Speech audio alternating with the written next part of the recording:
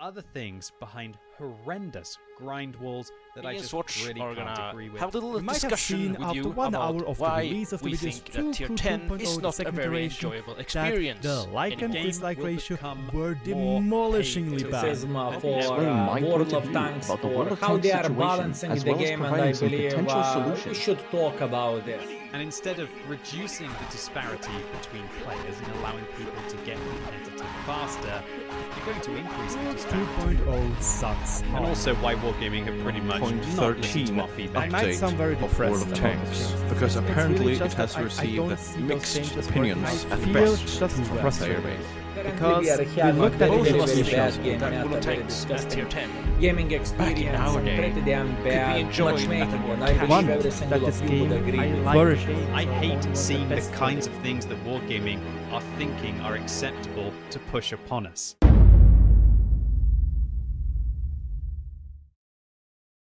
Good morning, noon, evening or night, depending when you're watching this video. My name is Alegende and welcome to 2022.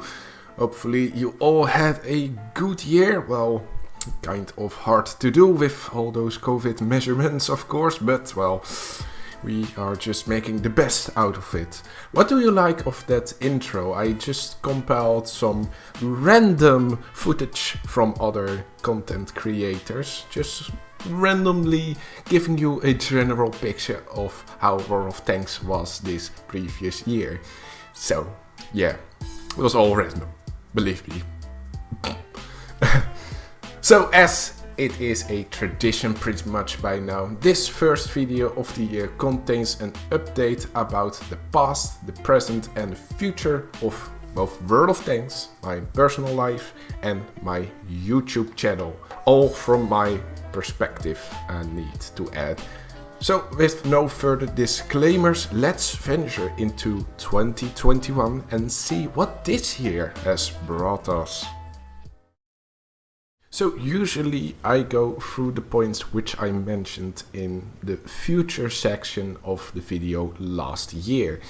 But before I want to do that, I first like to take a general look back at World of Tanks in 2021. And in one word, controversial. Although the player base backlashes has occurred multiple times throughout the years. We had the Sir Foch incident of 2017 and the attempt to remove preferential matchmaking in 2019. These things that really stirred up players and made wargaming far worse than they already are, has occurred multiple times and doesn't make this year quite unique. However, this year there has been a backlash with, well, somewhat more of hopelessness. Although there are videos of multiple community contributors and content creators warning about certain implementations.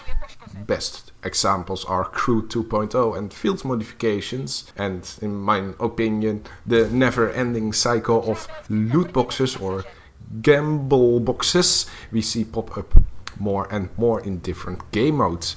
There is a sense of we can't change their minds, or they will do it anyway. And in addition to that, the difference between a casual player and a competitive player are getting bigger and bigger. As casual player, you have a harder and harder time to play well, be good inside the game, while competitive players are spending enormous amounts of time and especially money to wargaming to enhance every single statistic of their vehicles by field modifications, by the equipment 2.0, which in my opinion was really the start of this whole disparity or polarization between casual and competitive players, as everything now becomes mandatory to spend an incredible amount of resources to which you pretty much have to pay for. And because of that, 2021 has been the most noticeable year of player decline in the game, or at least a significant portion of casual veteran players who played for years We see this decline already happening over the years since the start of 2017, pretty much the year that World of Tanks committed a path towards player alienation. I personally have noticed it in my clan, who've never been this inactive for so many months over this past year. The World of Tanks really seems to die harder as other interesting games are popping up or the new changes are getting too ridiculous to accept. With that in mind, let's see how they actually did with their promises they made last year for 2021 and go over them again if they have passed or failed. HE Shell Balance 2.0 semi-failed.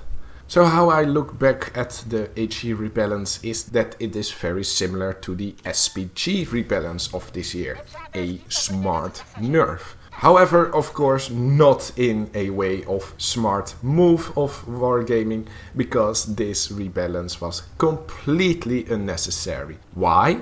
Well, the main goal of the HE rebalance was to counter unpredictability when an HE shell didn't penetrate armor. Sometimes you do 500 damage to the front of a heavy tank and 300 damage to the side of a medium. I understand that this was at some moments annoying. However, with the new HE, it's still quite unpredictable. But now it's the question, do you do full damage or pretty much nothing at all? For most things this wasn't really that much of a problem, but for derp gun tanks it most definitely is.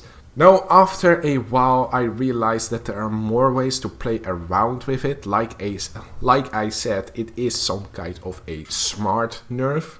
It is in a sense that you need to use your brain more in order to maximize your damage potential in your derp gun tanks.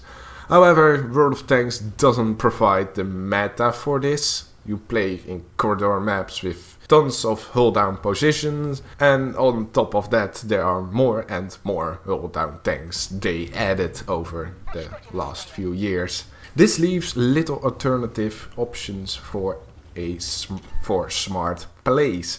It is hard for maneuverable derp light and medium tanks and almost impossible for heavies. It's more getting lucky on your positioning. But well, luck is pretty much the core of the game after all.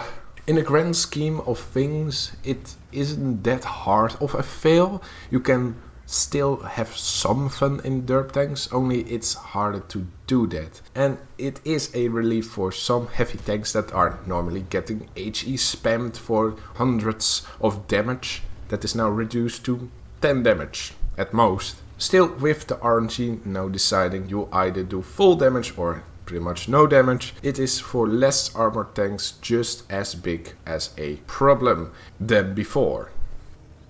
SPG Rebalance 2.0 passed. Like the HE 2.0, the SPG Rebalance 2.0 was also a smart nerf, but this time it actually works. RT players need to be more attentive than just sit somewhere, point, click, confirm damage and or stun. I really like the array of different shell types, the shell tracers, the markers where the RT has fired, and a sixth sense like warning if RT is firing at you. Just like derp gun tanks, RT has a harder time to achieve big damage gains, and a very nice side effect is that less players are playing RT these days, as far as I've noticed, which is always a good thing. The only thing I also wanted to see, maybe in the future, is an RT siege mode between mobility and firing, making the RT more complex and easier to relocate, but still giving enemy RT a fair chance to hit them if they are counter batterying. Also a marker on the map on which coordinates the RT is locating might also be a nice addition, but so far it has been a good change. Crew 2.0, not done. And thank God it didn't. Don't get me wrong, I really like some elements presenting within Crew 2.0, having one crew that can be used on 3 separate non-premium vehicles and a standard 6th Sense and RT 6th Sense are great ideas. but problems arise with the array of different skill and perks that increases an unpredictability in certain tank statistics. Along with that, the whole process to get to the maximum points in skill is an absolute grindfest, and like I said before, it polarizes the casual player from the competitive player by huge margins. So come back when you have removed or have another idea for those skills.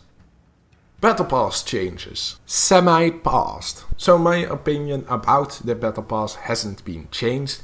It's a great way to encourage player activity with these bonuses, especially with Battle Pass tanks. However, they just can't stop putting more bounty equipment behind premium Battle Pass, making it still pay to win. The bonuses you get from the Battle Pass shouldn't give you an extra stat booster. At least give it equally along with the normal pass. Only when you add things like 3D skins, crew members with only one full skill crew member skins, just anything that doesn't alter the performance of your tank, I will fully accept it as a good implementation. But if we look at the changes themselves, it has passed, getting now the potential for 3 3D skins and special commanders per season is a great improvement. It makes the grind longer, but it's far better to only give players who are played a lot this amount of extra advantages than paying players. But then again, you can also purchase it all for gold. So, kind of neutral on that one. I also still like to see the possibility to change the amount of 3D style parts you can put on those 3D skin. So you can customize a bit more and make your skin more unique. And if you are doing that, you can also take a look at mixing the preset skins and the customizable parts from your exterior, maybe. It would be funny to see the mouse skin with the hull and turret all painted purple, for example. And also a last great element of the Battle Pass of 2021 was the lore expansion. Great videos showing the commanders as character developing a story. I definitely want to make a video out of that part of the World of Tanks lore. Maps training. Semi-passed. And with maps training we of course talk about the new game mode topography. So this is a great expansion from the bootcamp tutorials where you can get to know the different maps better and how to play them with which tank type.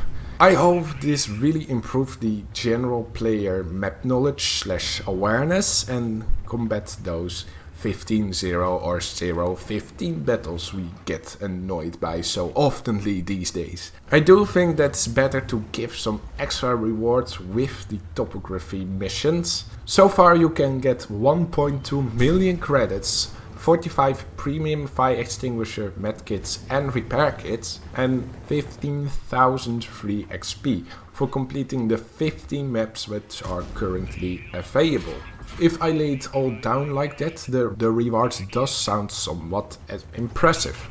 But per individual map, I think Wargaming can amp up the prices for players, so that players really get the incentive to play those maps. Maybe discounts on certain tank tiers, especially for a new player. It would be far more enjoyable to go through the tech tree faster and with a method where they just aren't just given a tier 6 right away or buy a premium tier 8 or higher. The tier 9 premium. They get to know the different maps and that way they are able to play better when they unlock their preferred tech tree faster. Also this game mode gives possibilities for advanced PvE missions where you play tier 10. Against stronger bots or with a task force trying to complete never-ending missions that get harder and harder. This way it will both be fun for the new novice players and the competitive veterans. I really would dig such an advancement in this game mode, but I do give Wargaming the time on this in order to polish their bots a lot better. Italian heavies. past. So it seems that Wargaming finally gets how to implement and balance somewhat the new tanks. Even the tier 8 premium, the Bisonte, didn't turn out to be the next overpowered premium tank. The tank line in its whole has a fair amount of pros and cons. So far I haven't really experienced the improved auto reloading mechanic, but I guess it's a lot like the medium tanks with generally low DPM, but a burst potential when it's deemed necessary. So good job right there on those heavies. This is exactly how you should implement and balance these new types of tanks. Unlike the next point, check heavies neutral. Well, and with that, throw my cyclic gun theory out of the window. The new gimmick of having a DPM booster for a short amount of time, which I talked about previous year, sounded more fun than what we actually got. But it would be a bit on the ridiculous level, like World of Warships, who already has this gimmick. Although the 2-shot auto loader is a bit more meta breaking, making the Czech heavies a fair bit stronger than the Italian heavies comparatively. But with tanks like the Chieftain and the Object 279E, we can't really call them broken, but without those tanks they kind of are. And the tier 8 premium is definitely too strong for its tier. Again, Wargaming, I thought you learned. Again, an hull down heavy line with little to no weak spots on the turret.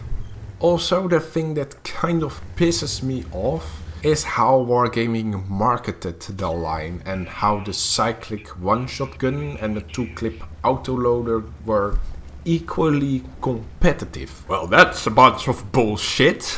If they were, then why are most of the autoloader guns the last on the researchable tech tree after the one-shot gun? Why not branch off from the same gun at the same moment, so you can unlock either of them immediately? And why has the premium tier 8 not the choice and just got the 2-shot? Just market it as having a 2-clip as their best selling point, because we all know it fits the meta better. But Wargaming again wants to sell bullshit. Just stop that, it ain't funny anymore.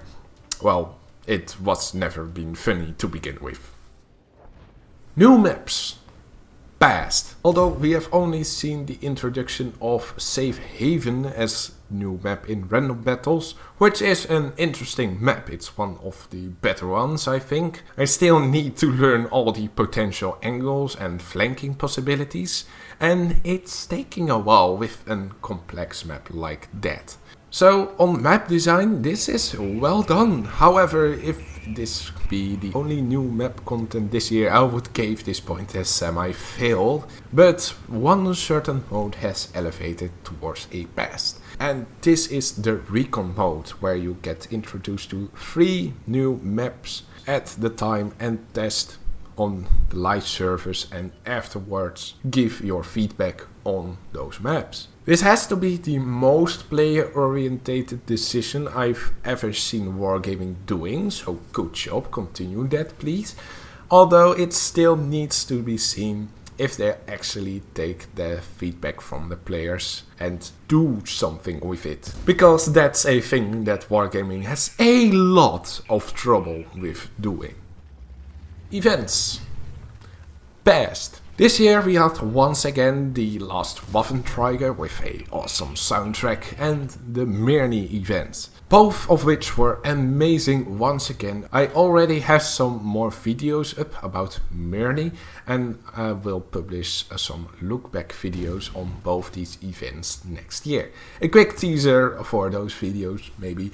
Last year I said about the Waffenträger event that it would be better if the balance was improved.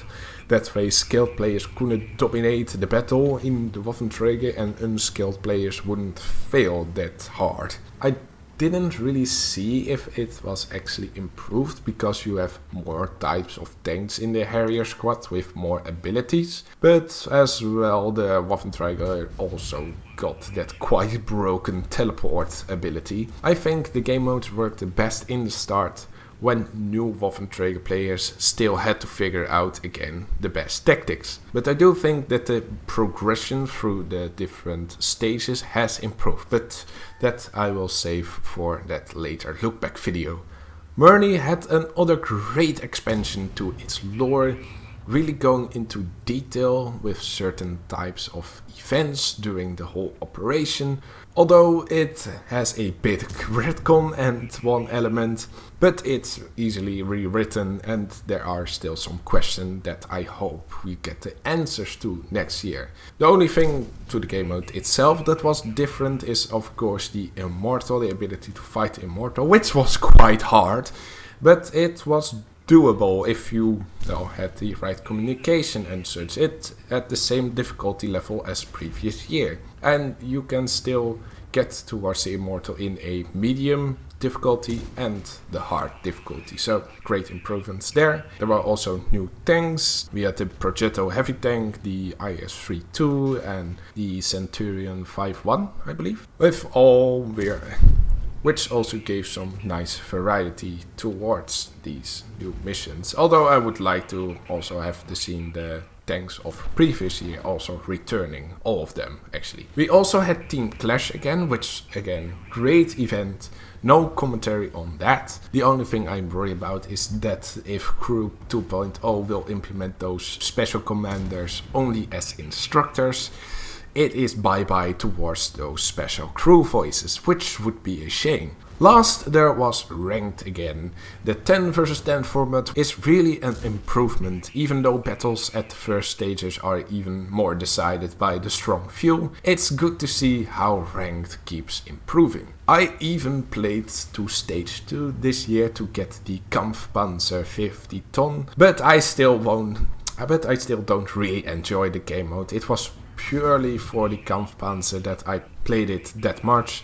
The moment I reached stage 2 and I could buy it with bonds, I did and immediately stopped playing ranked.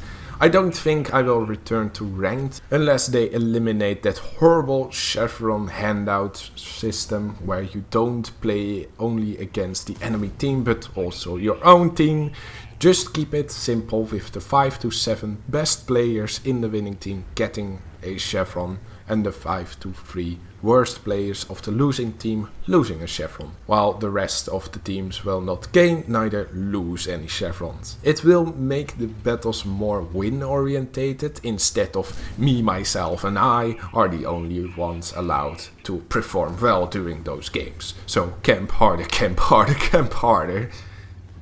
New platoons. Past. It's a good addition to see each other's tanks in your garage. I did think it would be a bit more complex, a bit like opening up a spot in a Strongholds team where you can also decide on the tank type and such, but well, it works.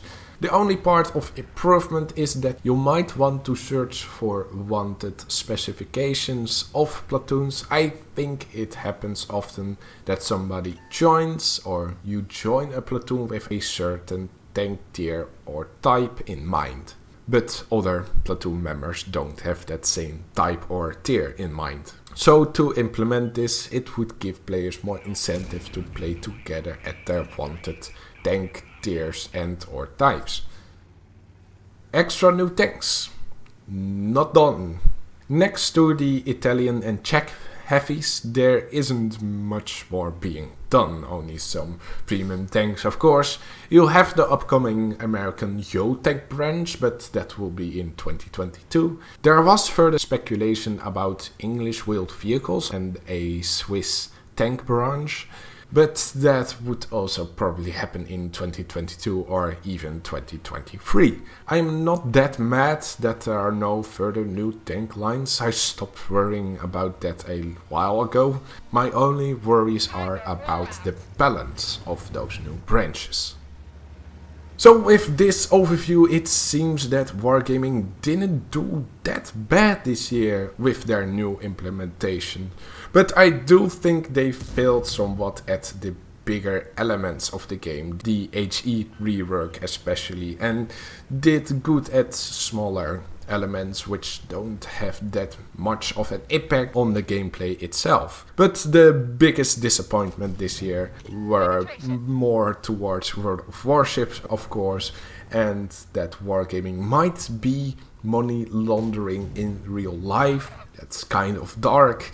Although I cannot confirm those money laundering allegations, the fact that I wouldn't be surprised if Wargaming actually did this is telling enough about the image of that game company, which leaves a lot to be desired. So let's hope for now this type of bullshittery doesn't also become dominant in World of Tanks.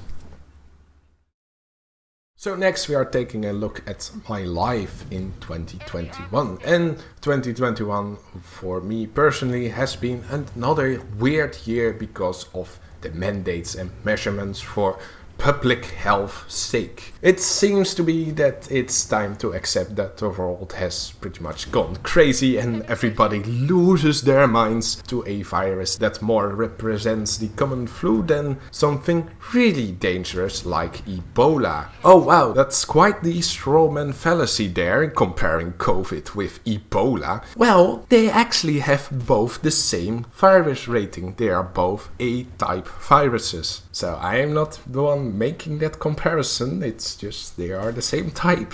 Just saying. But the hospitals are overflowing. That has never been the case with influenza. I hear everybody counter-argumenting. That is right, COVID has a greater negative impact on someone's lungs, in which they need more oxygen, sometimes artificially implemented in hospitals. But is it really that surprising that with this amount of people on the planet and with little to no investments in the medical capacity, only investments are on actually medicine itself and treatments, not the actual hospital beds. But in the end, is it really worth all those restricting measurements, lockdowns, masks, vaccines? And for what? Slowing the spread for each of the seasonally new variants? Because what really holds me back on accepting all of this is that it won't go away when we are all accepting this. It will be a new permanent way of living. And when I see how many people still go towards parties, restaurants or other gatherings a day before a new lockdown or a new measurement is enforced, really shows me that most people wouldn't like this way of living as well. And when you do, when you really want to help stop the virus completely, just never leave your house again, never interact with anyone else again, only digitally. Because in this world with these viruses, if you don't hard quarantine yourself permanently, those viruses will always be there and will always spread. Especially in today's society, pretty much worldwide because of our modern infrastructure. But surprise, surprise, with our society and our inherent biology and urge to socialize, that just ain't possible. So viruses will always exist. People will die of viruses. We cannot control this. So why would we make sure that we live a more negative life in contrast to just try to get this over with the natural way, by building immunity the natural way, and not by some vaccine being altered for these kinds of variants developed in the last year.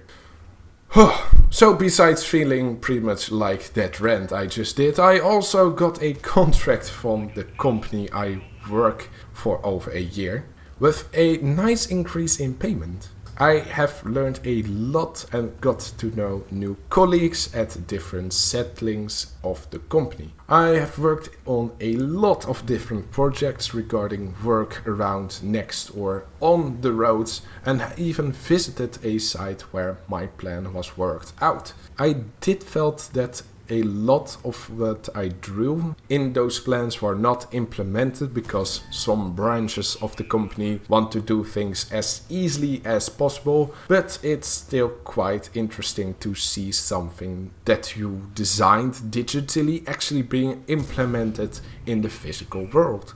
With my family, things are a bit turbulent. My mother, of course, still suffering as a heart-lung patient. She is approved on the transplantation list, but it still takes up to 2 years before a correct lung donation can be found, and she is getting pretty mentally exhausted from continuously being taken to the hospital and physically not being able to do as much as she could do beforehand, and the many contacts and general support that she's missing. It's a bit of a double-edged sword because I really want to help her out on a lot of things, but I still have a lot of other stuff on my mind, and she feels that I need to enjoy my youth as much as possible, but I still want to help. So a lot of remarks were made of me not being vaccinated, just doing it for my mother. Well, there are a ton of other viruses out there. I just don't think a vaccine would work for me at my age. It's far better to do this the natural way, to immunize myself throughout my natural immune system, which has been developed through evolutions for thousands upon thousands, maybe upon hundreds of thousands of years, than a vaccine which artificially gives me immunity, which only has been developed for at most a few decades. And with that, there are still so many other things that could hospitalize her. And it's just so many people just believe that the vaccines wouldn't do anything, that they are just okay, no repercussions further. But, well, I'm just not sure about that. We still don't know what they will do in 5 years, in 10 years. And I am planning to live that long. Also, my grandfather from my father's side is not doing so well. Now, there is a cancerous tumor discovered in his intestines, so he is on borrowed time. It could be better, but luckily the rest of my close family seems to do right medically, although mentally some of my family members are quite suffering as of now. I think especially my father, who has gone through a lot of stress and tries to drink that away, which annoys the living hell out of my mother and also annoys my brother and me from time to time. But saying something against that, it's hard to do, because everyone older than me, as somebody who have more experience, who through their experience knows their way of living better, but well, it still doesn't change the fact that it's kind of annoying. With my friends, it went all a lot better this year, although one of my friends also got cancer, stage 4 even, but luckily he has fully recovered from it as of last month, so we are all healthy once again.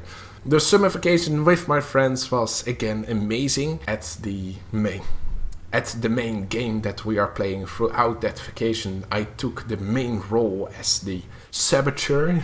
It felt quite surreal to try to be bad at games and act like I was doing nothing wrong, but most of the time I actually try hard because I was being suspected pretty much from the beginning. But still had a fun time and did not that bad as the saboteur. And relations, well, nothing as of yet.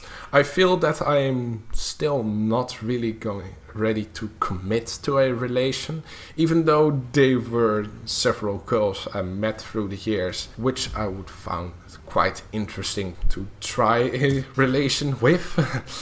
Weird that it may sound, but I still have to accomplish the Leo Bezalgia quote of, "To love others, you must first love yourself."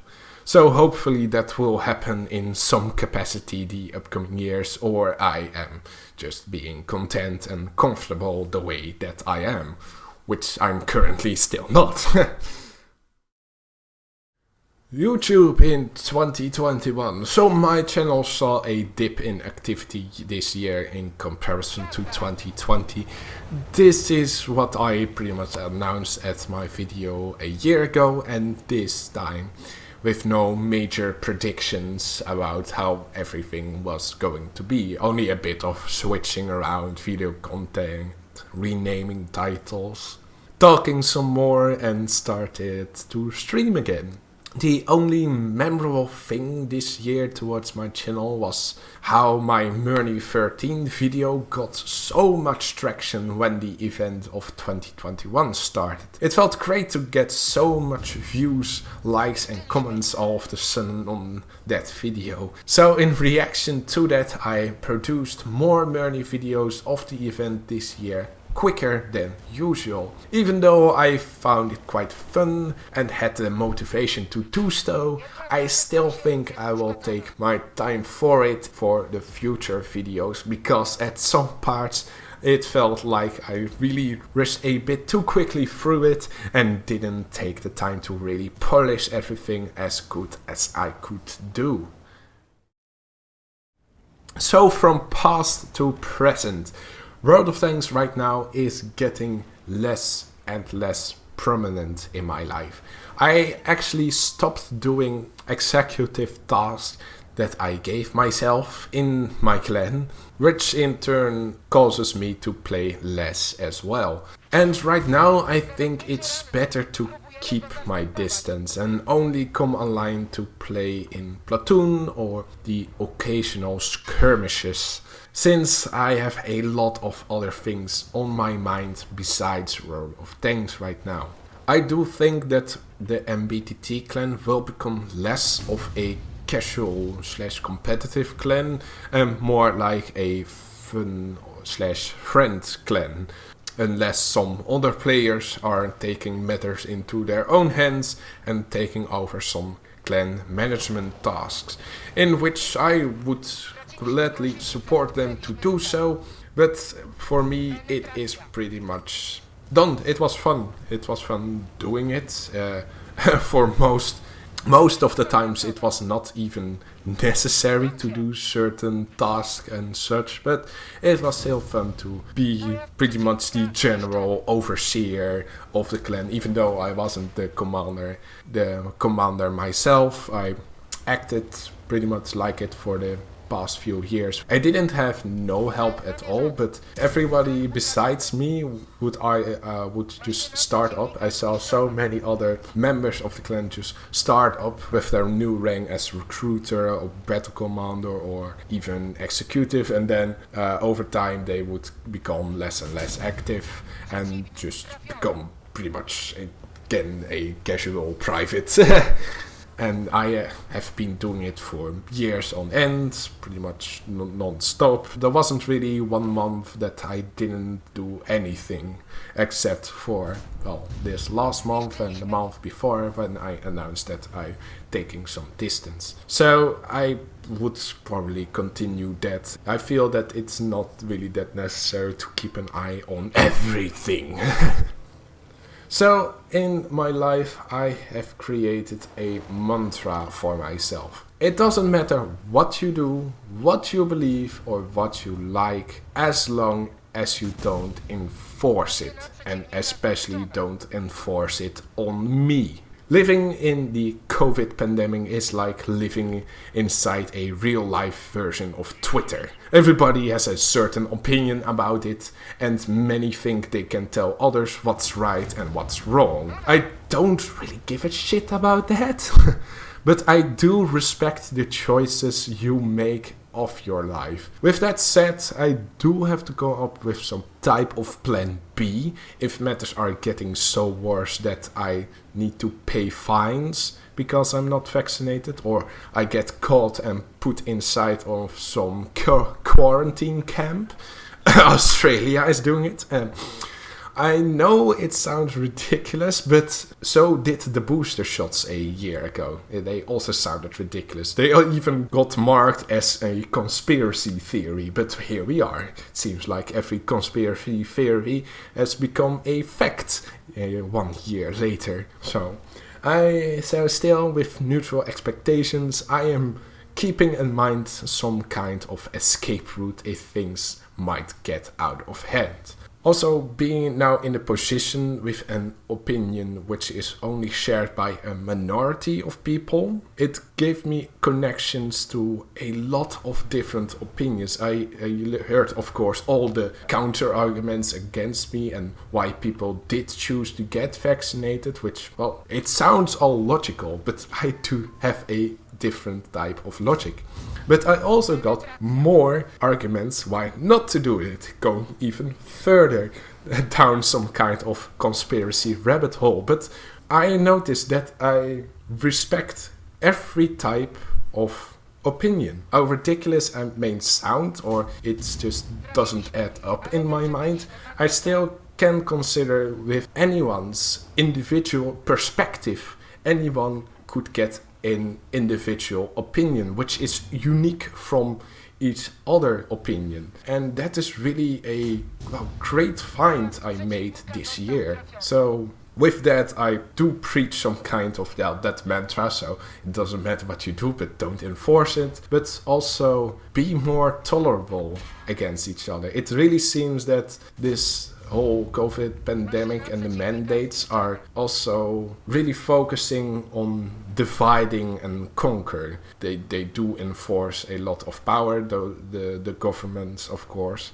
There is some kind of conquering, but the divide between people is more terrifying for me as we grow less and less tolerant against each other. Many fights break out even at home, even between family members with different opinions. I really like that it hasn't gone that far in my family and in my friends group, in which all of them share another opinion than me. But it also keeps discussion alive, and discussion in life is just such an important element. Just questioning, being curious, never just blindly following something, always take some extra questions. So that has been a really great revelation this year.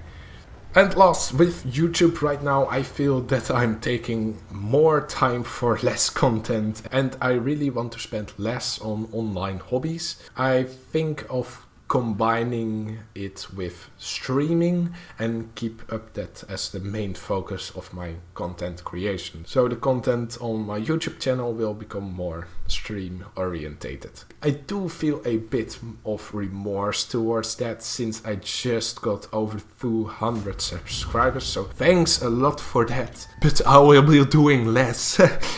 Nothing to do against that, so maybe you enjoy the future streams. Maybe.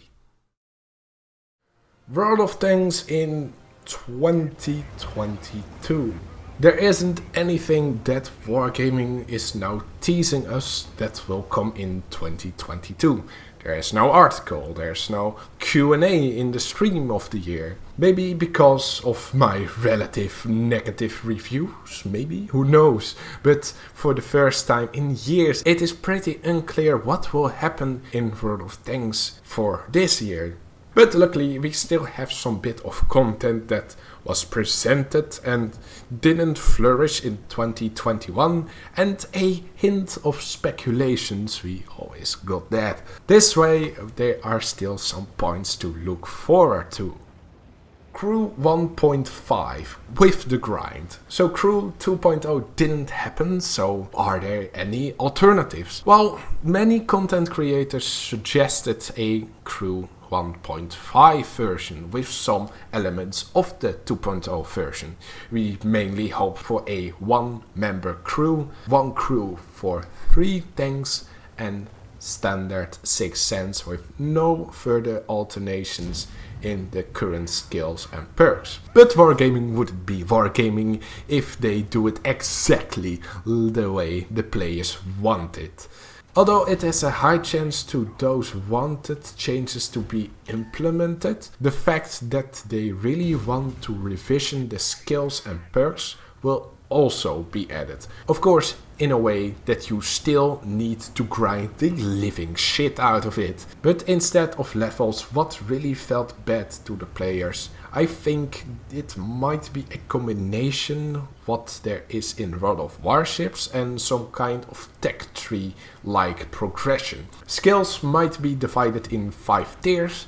The first tier skill are the weakest ones and the 5th tier skills are the strongest. But in order to get a 5th tier skill, you must first grind once again through a set of skills from tier 2 to tier 4. And you bet that is going to take many, if not as much XP as the idea was with Crew 2.0 to get towards those 5th tier skills. The only thing that players might like about this version is that it's really hard or even impossible to make certain types of skill combination that would make vehicles broken. But that's just speculative as so far. Further ammo rebalancing.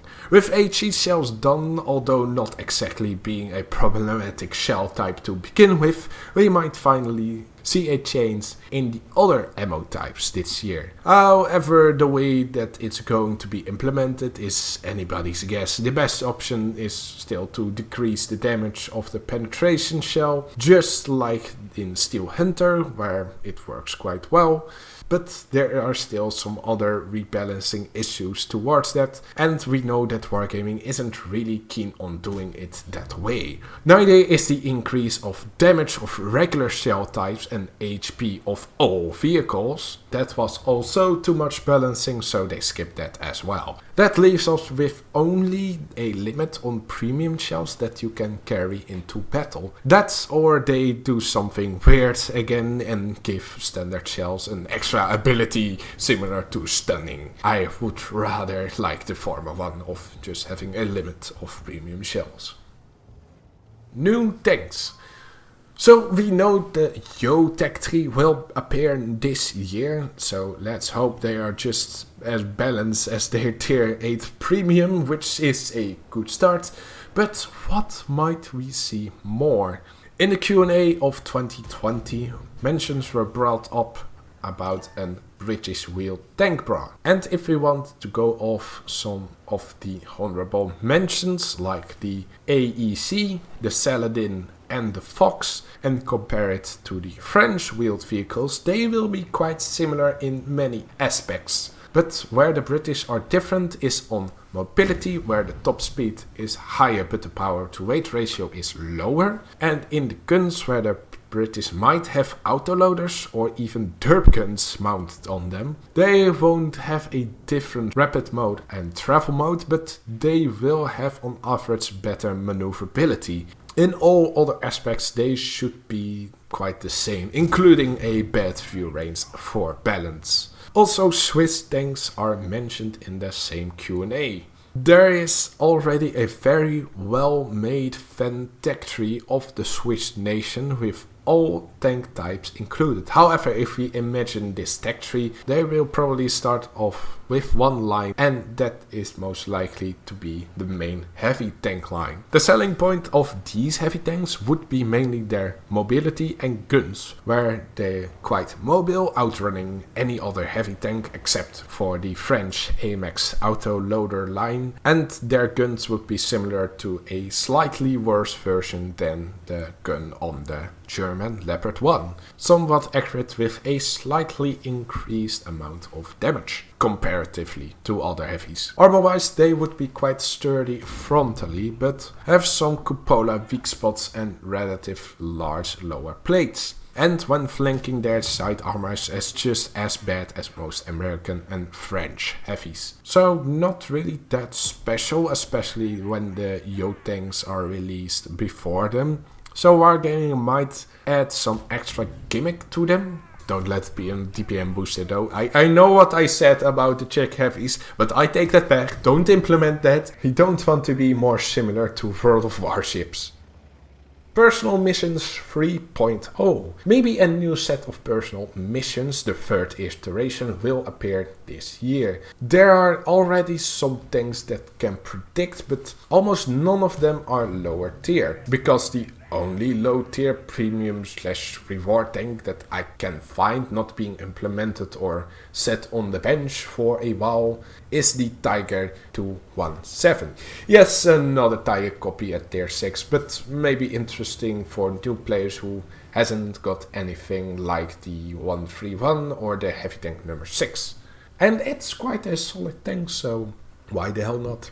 But then again, most of the times those personal mission rewards tanks are quite unique looking. But then again, we also got the Stuk 4.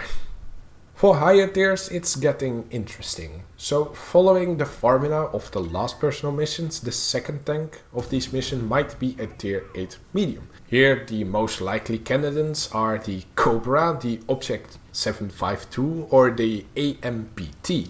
All quite unique looking and with also unique firepower.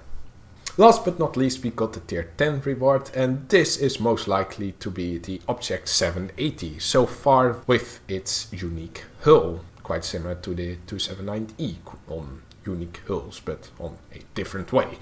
So how might these missions look like? We already got different tank types and nations missions. Maybe this time a certain tier restriction per set of missions. Although that would invoke a lot of steel clubbing in the lower tiers at the starting missions. But the only other difference between the tanks is their status as regular premium rental or reward. And I don't think that would be the way that the personal missions will be divided. Because that sounds also quite pay to win. But then again, it's wargaming, so you never know. New maps. We already got several new maps to play inside recon mode, but maybe they will be implemented in the random queue this year. I do hope they take as much feedback with the final fine-tuning of those maps, but I thought in general that the maps weren't that bad in design to begin with. Just some tweaks here and there and you have new maps that are way better than maps like Empire's Border, or dare I say it, better than fucking Highway. And that's all the new things I can come up with for now. We also have continuations of several game modes. Ranked, Steel Hunter will return, Last Waffentrier and Murney probably. I already predicted how Murney might look, but for other game modes it will be pretty much the same with some alternations in plots or specific abilities. My life in 2022. I will keep more distance from World of Tanks as executive officer and maybe also as content creator and focus more on other projects. Mainly work, but also for family and friends, with a huge highlight this upcoming summer vacation with my friends, while I am pretty much the main game organizer for this year. Further, I just hope that the whole COVID stuff doesn't lead even more out of hand, so I will keep my eyes peeled towards possibilities where the madness of the mandates doesn't reach. Except from that, life pretty much goes on as usual. I wonder how this switch in time spendation will turn out to be, with less in what and more in whatever else I got in mind. YouTube in 2022. So once again, a decrease in content is sure to be expected. Video series to stay are the Look Back series, the MBTT replay, and the highlights, in which the Dutch version will also transition towards recordings from streams. The series like Strong Strongholds and Greatest of Games will take more of a backseat and will be quite rare or even completely gone this year onwards. I don't really play that much Strongholds anymore with the clan, and when we do, we are just more dicking around than actually tryharding, and even those tryhard games aren't really that special anymore. We have seen a lot of things, and maybe pretty much all of it. The same goes for Greatest of Games. I don't really have many games where I go, wow, I definitely want to share this, because of the great and unique decision making. But when there are crackers like that, they will eventually be converted into a video. Only I won't be looking that closely around for those anymore. So yeah, stream will become more of a thing, maybe even streaming on YouTube, but I think I stick to Twitch for the time being. When I have free time, I will try on Friday evenings for Dutch streams and Saturday mornings for English streams. But nothing is set in stone. It probably won't happen every week. So, and that has been it again for this video. Oh man. Again, a long talk about pretty much anything important in my life, world of things, and YouTube as hobbies, and my life itself, and everything which is in it.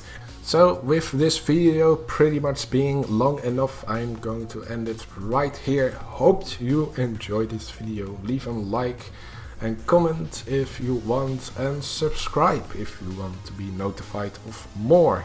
And with that, like always, I will see you later.